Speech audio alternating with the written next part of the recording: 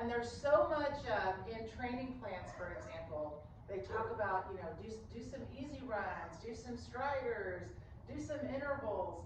And, before you can do any of that, first you have to figure out, what is easy running? What is striders? What is tempo pace, race pace? All of these things that when you sign up for a run start to become part of the conversation. And when I first started running, and I've said this before, my background isn't running. I was a fitness trainer, and I taught a lot of fitness classes. I did personal training. So like everybody else, who thinks about learning how to run, right? You just go running. And even my very first running group, we all met. I set up a meeting time, and it was the first time any of us had ever run outside, not on a treadmill, not being inside the gym. And I had mapped out a route, and this was in the early 90s. So we're out there, and it was unheard of, by the way. It was so not common to just see people running in the street. And again, we never thought about how do I run. And what happened immediately is, and we weren't a very large group. We were probably 6 or so people, 6 or so ladies. But we all started to separate because some people were faster, some people were not as fast. And for me as the coach, I was like, oh, well, this is interesting because inside, say we were doing a group fitness class, and let's just use step aerobics, that was very popular. Everyone's on their step and we're all doing the movement, right? And everyone's doing what they, at the same time. So everybody seems like they're at the same fitness level. Well, then we go outside and all of a sudden they're all running at different paces, right? So as a coach, I was like, well, shoot, that's going to be a challenge for me. And by the way, it happens in every running group. There's no way everyone's going to have the same exact pace. And so you usually end up kind of, partnering up with someone. But my initial thought was, how do I make sure that if the person in the back would like to get faster, they can, and the person in the front, maybe they ran too fast and need to back off a little bit. And so again, when I first started running, there wasn't anything about how to run. You just went running. So really what we ended up doing in the beginning was I would set the course and then everybody would just run at their own pace and then we'd meet at the finish, which by the way, is honestly the best way to train with any group because you need the run to be yours. So then of course though, I wanted to get into more conversation of acceleration. So somebody told me you should go to a track and run sprints, and I've never been to a track before. I never run on a track. Probably at school they made us walk the track sometimes. So I go to the track and we were like, okay, we're just gonna run faster. Well, what does that really mean? So we were like, we're gonna pump our arms faster and we're gonna really try to push off more and exaggerate our reach. Because again, pushing and reaching and pumping the arms was the only cues that I'd actually ever heard.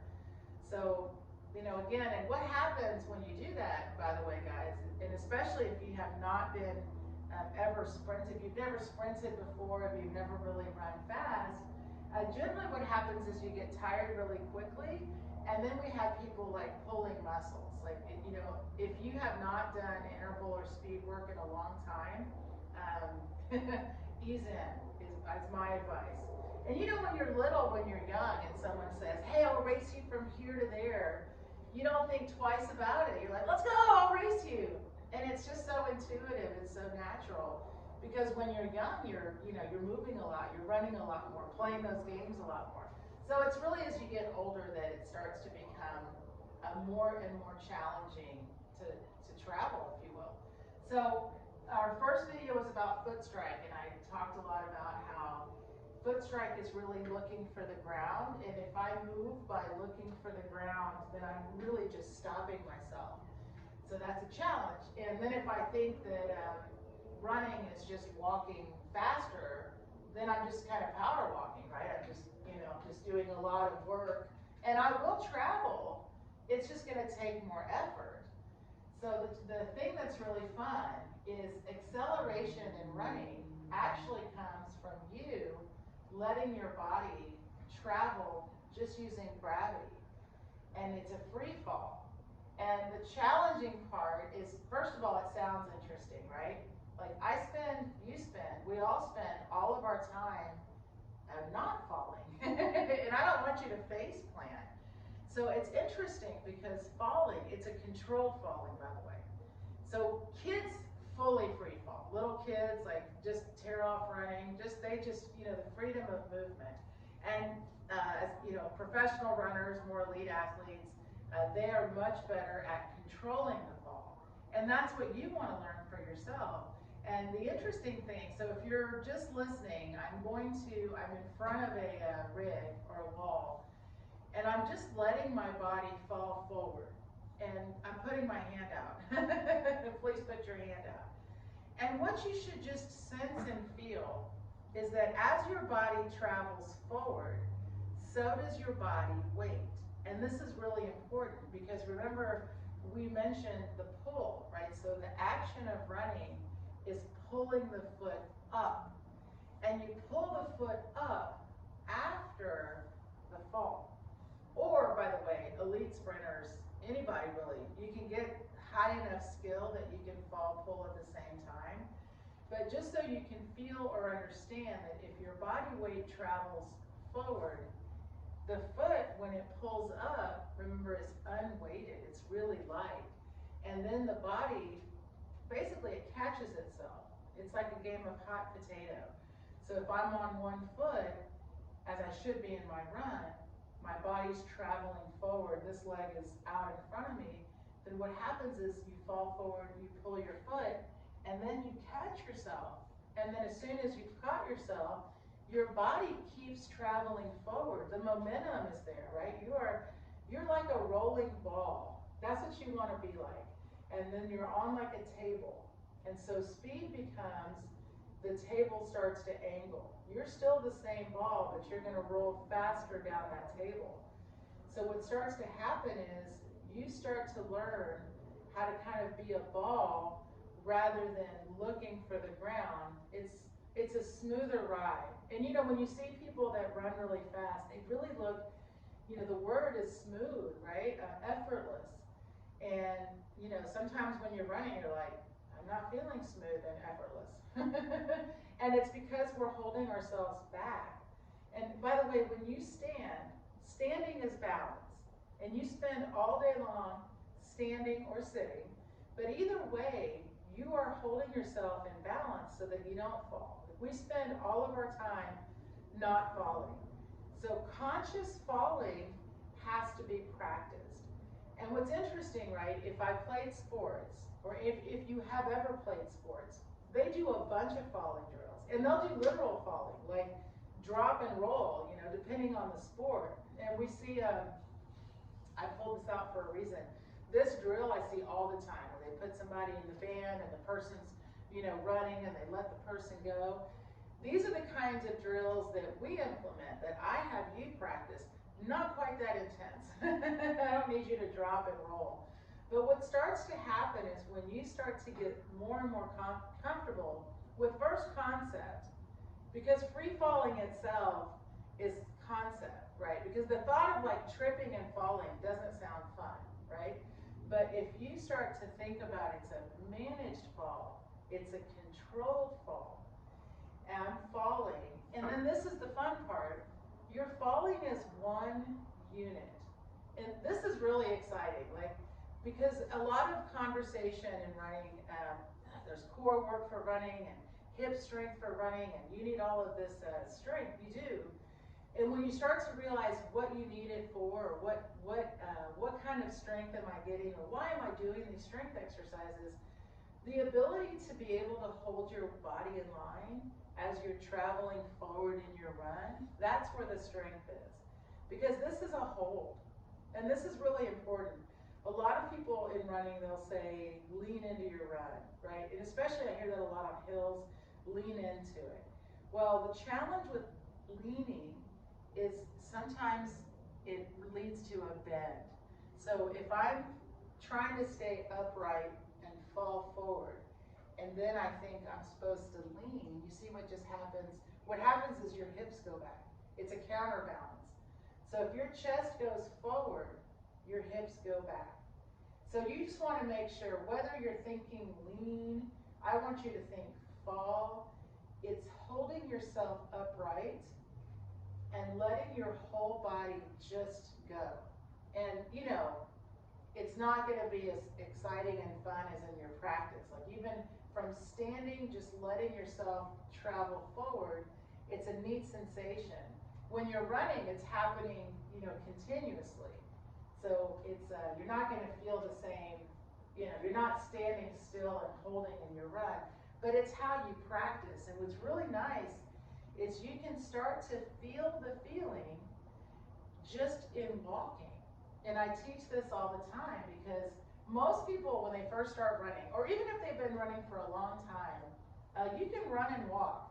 I just want you to recognize they're not the exact same movement. Running is not just walking faster. Running is running. And running has that free fall component, that acceleration of gravity. And running has both feet off the ground as part of the gait cycle, whereas walking, both feet can be on the ground. So you're stable, you're balanced. And so the nice part is, I tell people, let yourself feel your body travel when you walk, and then pull your foot. So you practice the action that you're going to use in your run while you're walking. And imagine that if you do that when you're out for a run, by the way, then when you get back to running, it's much easier. Because if you switch to walking with reaching and pushing, then it's really hard to go back into running and use gravity and pull the foot. But if I'm doing it while I walk, see, I can also practice holding my upper body lifted. And this is, by the way, everybody needs to practice holding their upper body lifted and holding the right line. Whatever sport you do, whatever it is, even just sitting and standing. So one of the things that's really fun for acceleration is when you start to realize that if I let myself go and I let my body just travel forward, because that's the direction you're going. And I'm going to talk about something else in a minute, but if you just feel it for a second from both feet, feel what happens if you just absolutely let your body just free fall. So for me, I pull my foot. And when I see most people, when I ask most people to do the same exercise, what they typically do is they do the free fall and then they stick their foot out. Because that's how you've been moving all of your life. You've been allowing yourself, you're like, wee, stop. Wee, stop. And you don't realize you've been doing it, right? Because, I mean, you don't know. So all of a sudden now I'm like, no, let's take out that stop part and just keep in the free fall, the wee. And you have to practice and you have to do it through drills because that's the way you develop these new movement patterns. So the fun part is, by the way, I'm standing here on this mat and I wanted to use the mat because I wanted you to be able to see the contrast with my feet. And this is when you're falling. Okay, so if you practice this later, because you have to practice it first when you're not running and then feel it in the run. And that's the fun part of all of the practice drills that I do with Runner X. You practice them while you're not running so that when you're running, you can feel why you're doing it, right? So you take just a few steps. And this is, I tell people this all the time. When you're practicing, you don't need to go anywhere. Stay here and just feel for just a second. So if I have a wall here in front of me, and I hope what you can see, if you watch this later, but I'll tell you right now, as my body goes forward, my body weight goes into the front part of my foot, the ball of my foot. My toes can still wiggle, my toes are free. However, my heels are off the ground. They're only off the ground because my body weight is forward, rather than I did anything with my feet. So I'm not doing anything but leaving my knees bent, and as my body travels forward, my heels come off the ground. That inside of the run, and I'm going to stand on one foot. So now I'm standing on one foot, because in running you only want to be on one foot. The same sensation. So as soon as I feel my body weight, so I'm traveling forward, but I sense the body weight on the foot, I pull. And you see I'm right back in that same pose. So what happens to accelerate, to travel, is the quicker I pull my foot, the faster my body can keep traveling. So to practice that, you stand in your running pose, you let yourself fall forward, and your feet pull up. And that's a neat feeling. So then you're like, fall, pull. And you see that repetition, when I run, I will be able to hold my fall and keep pulling. Because running is the same movement over and over and over again. So when you start to realize, oh, I'm just pulling the whole time, that's your job, but holding your upper body lifted is also your job. Like action movement is pulling, but holding is that upper body lift. So you can practice that all the time, and you can be anywhere. See, this is just a neat thing. And this is my favorite. So this took me a long time. Why? And I'm going to answer that. When we run, and a lot of us runners, it's a control. Like, I like to feel that I'm doing work. It's a control. Like, I like pushing. Pushing, and I still, by the way, everyone does. Pushing is still a big part of movement. Remember, I said this before. But the main action in running is the pull. The pull itself, though, when you start to practice it, it's very light. It's very light, it's very quick. Whereas pushing feels really powerful. It's an action. Pulling is like, woo! And you're using muscle elasticity, which is also new, especially if you've been doing push and reach, because both of those use active muscle, and now you're using, it's called a response of the muscle. Like you pull your foot, and then the hamstring finishes. So all of these things, again, go together. That's why if you are watching this series, now when you watch the pull, you'll realize why I introduced the pull first, because when you do free fall, which I hope you practice this, whether you use a wall or just let yourself free fall, now you know what you're supposed to do. Pull your foot. And the more comfortable you get, you will just keep pulling your foot and you will keep traveling. So the fun part is we can all do the same. Everybody. You have 22.5 degrees of fall available to use before you face plant. And so the best part is when you practice, like just standing in front of a wall at arm's length and you falling forward is probably more fall than you'll ever use. So you are going to get strong in holding your fall by simply practicing this simple exercise. And then of course you have to take it, leave the wall, and then you practice without the wall. And in the beginning, see, we're not training right now for any kind of speed or any kind of endurance. It's just feel. And this is important because when you're learning something, you want to feel, and then you can take it out because then you know what it is you're supposed to feel, right? So in the beginning, I'm like, just practice with this wall. One thing that, okay, so let me go back to why did it take me so long? Because I'm a control enthusiast.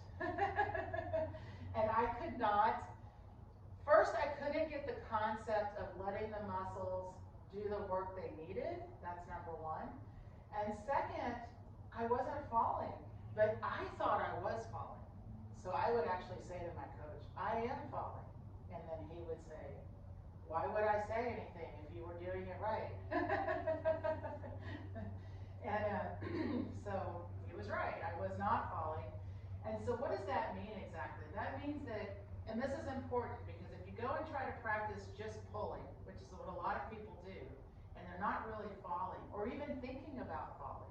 We all fall, by the way, it happens. It's natural, it's part of running, it's part of movement. We all use gravity. The difference is how we connect with it. How do we have a relationship with it, if you will. So if I think that I'm supposed to travel, let's just go with reaching really quick. So again, I've showed you this, but if I think I'm supposed to reach, look at that. I am really stuck here.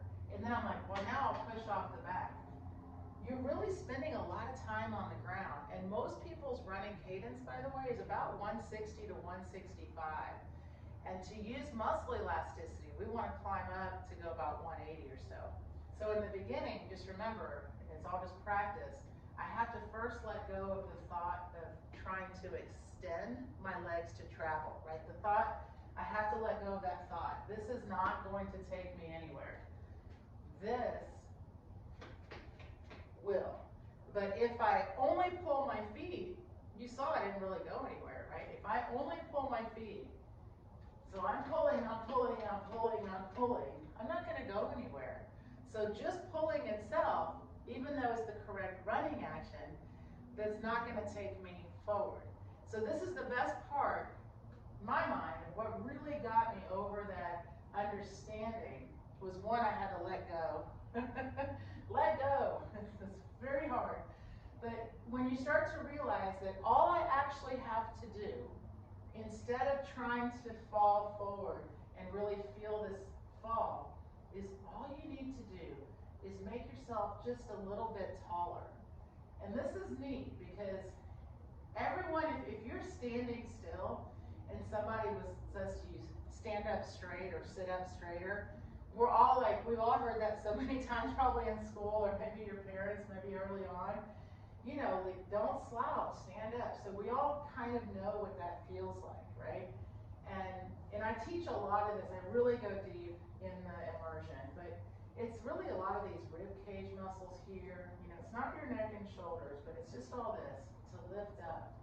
So when you're running and when you're going to initiate running, think to yourself, lift up. And you're also pulling up.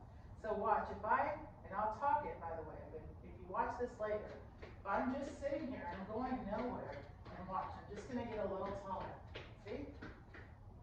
I started to travel. And that's the first step of feeling the fall. So I didn't worry about where I was putting my feet. I didn't worry about how fast I was running. I didn't worry about anything at all, except can I lift my upper body until I start to travel? And the best part is, by the way, and you know, I don't have a lot of space here, obviously. I am going to do some deep dives using the treadmill so you can see, and then I'll probably get some good video of running outside to help you see. But in the beginning, what you want to understand is that you want to always feel the same. Like for you, this is the sensation of running. Up, up, up, up, up, up. So the traveling sensation, and this is important, is actually this lift up. Because when you lift your torso, and remember we did this just in place. If you watch the pulling video, so the one before this, in place I help you feel that if you're just pulling your foot, right, this would be like a 10-minute mile. If I lift up higher, my foot pulls higher and quicker. And then watch, woo! I'm sprinting, see? So those are all the byproducts of running faster. And my heart rate just went up. I'm breathing heavier.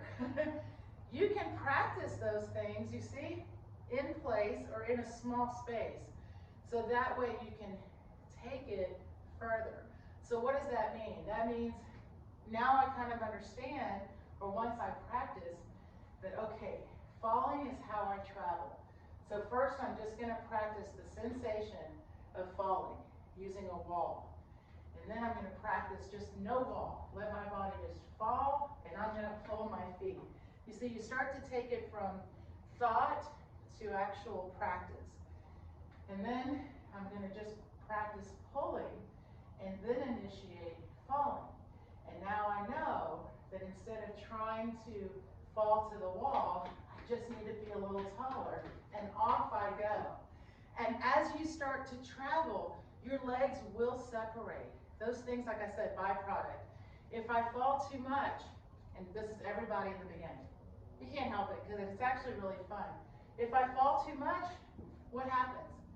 You're going to stop. You're either going to put your foot out or you're going to pull your shoulders back. I promise you, no one has ever just taken off and fallen all the way down. But what you can start to play with is what it feels like to just lift and like you're like this with your upper body and your knees stay bent. And practicing just how you stand for the run, right? And feeling yourself stay connected. And I'm just going to finish with this band because when I first started, I was on this all the time. I still use it all the time. And this is just a fun way to finish. If you have a band, you should try this. If you just put it around your hips, right, and let yourself just fall forward, you can just hang out and feel what I said before. So my knees are bent, my heels are not touching the ground, but they're relaxed. I can wiggle my toes. And this is actually like a tempo run. So from here, if you're on a band, then you can just pull your foot and you can feel it. This is running. Up, up, up, up, up. You can play a metronome even. But one thing I want to point out is that it's very easy to get on a band and hinge. So you want to make sure this line is holding. So it's important to check on that as well. So I encourage people to also put the band up here. It looks really funny. But you stand upright and you feel the same thing. And this is actually real because when you're running, it's much easier to control this, see, to lift up, than it is to try to move your hips. Your hips actually should stay really, really still. And this goes back to the beginning when I said, remember, you gotta hold this line. Your ears, shoulders, hips holds as you travel, as you accelerate, as you fall. So in your run, if you're holding, see, you're just holding, and then you just start to practice pulling. And just make yourself a little bit taller, and off you'll go. And then, ease in, like it's new, it's a new thought, it's a new feeling. But when you're running, you can do things like create a magnet. I did this all the time. When I very first started to practice the free fall, I would put a magnet on my chest and like look out at a tree or a post or something that was just slightly ahead of me, and then I would just try to like open my chest and let myself fall. The thought of it even. And by the way, I tell people, here I am 26 years later, still practicing falling. And as you get older, by the way, keeping that relationship, that connection with gravity, using it for your free fall, for your run, I'm telling you, it saves your joints. You feel better, and I tell people, like, I'm not as fast as I was in my 20s and my 30s, but I'm still running. I run almost every day. I have my same knees. I'm still really springy. And honestly, the freedom of using your own body weight for movement is amazing, guys, because a lot of us don't even realize how much we're holding back. I'll give you a little example of I've worked with so many runners that have tried things like getting to Boston, for example. I had one woman, she had tried 7 times to get to Boston. And when we started to work on just letting go, free falling, like letting go of all of the control she was using in her running, and she kept getting the same injury. It was always in the front of her leg. Taught her, of course, how to pull, how to use her hamstring. Well, not only did she get to Boston, but then she started running ultras. Now she's like, went to 100 milers. I have a lot of people that come to me in their 50s and their 60s, later runners, so they just want to get back to running. I have people all ages. But the main thing is, once you realize your potential with using falling, and it's just, it's funny, free falling, it's free. It opens things up. And even me, when I first started training, like I said, it took me a while to fall. I was really pulling, and I was like an 8:30 racer. Like that was my pace. And once I started to use free fall and really understand it and train with it, I dropped to a 6:30 for my race pace. And I was in my 30s, and I didn't get fitter. I was already fit. And that's what I tell people. There's a lot of I said this at the beginning, there's a lot of talk about zone 2, zone 3 training, easy pace, tempo. And it's like, well, first you have to find what your pace is. And then how do you do that? Well, you've got to train with first easing in, like I said, learning the falling. And, I didn't just magically drop 2 minutes a mile. I did it through the intervals, but I had to learn to fall. And once I learned to fall, then I wanted to do intervals, because then you want to practice, right? I started you with a mat, and then I encourage you. You don't have to go to a track even. You can use your driveway, but then you go out and you take it a little further. And that starts to become your interval training. And then those intervals start to get longer. because I'm like, go out and practice, but practice ease in, right? So if you feel anything off, stop, reset, walk if you need to, and all of a sudden, you're not having to stop as much, you're not having to reset as much, and then you start to feel what your pace is through actually using acceleration and falling. And for a lot of people, like I said, I'll do a gait analysis on someone.